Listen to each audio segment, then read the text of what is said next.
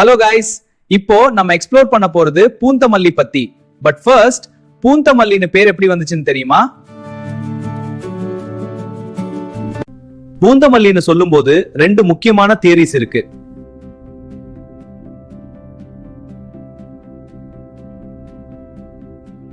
First theory, பூ விருந்தவல்லி. அதுக்கு meaning என்னன்னா, பூ இருந்த இடம், ஃப்ளவர்ஸ் நாளா நிறைஞ்சு இருந்த ஊர்னு அர்த்தம். டைம் போக போக பூ விருந்தவல்லி பூந்தமல்லின்னு மாறி போச்சு. செகண்ட் தியரி கொஞ்சம் ஹிஸ்டாரிக்கல். பூந்தமல்லின்னு வந்தது பூ விருந்தவல்லியோட ஷார்டன் வெர்ஷன் சொல்லுவாங்க. இங்க once gardens and flower cultivation ரொம்ப ஃபேமஸ்.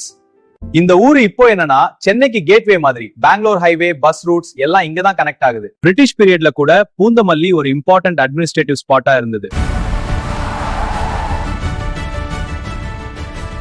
ஓல்ட் பில்டிங்ஸ் இன்னும் அதை ரிமைண்ட் பண்ணும். சோ நெக்ஸ்ட் டைம் நீங்க பூந்தமல்லியில டிராபிக்ல நிக்கும் போது ஜஸ்ட் ரிமெம்பர், இது ஒரு சிம்பிள் பிளேஸ் இல்ல, ஹிஸ்டரி, கல்ச்சர், நேம் எல்லாத்துக்கும் ஒரு மீனிங் இருக்குன்னு.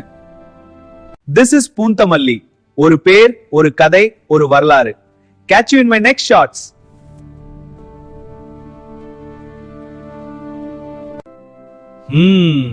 இது போல வேரியஸ் அப்டேட்ஸ் அண்ட் இன்ஃபர்மேஷன் தெரிஞ்சுக்க like, share and subscribe to my channel comical cokes. வரதா?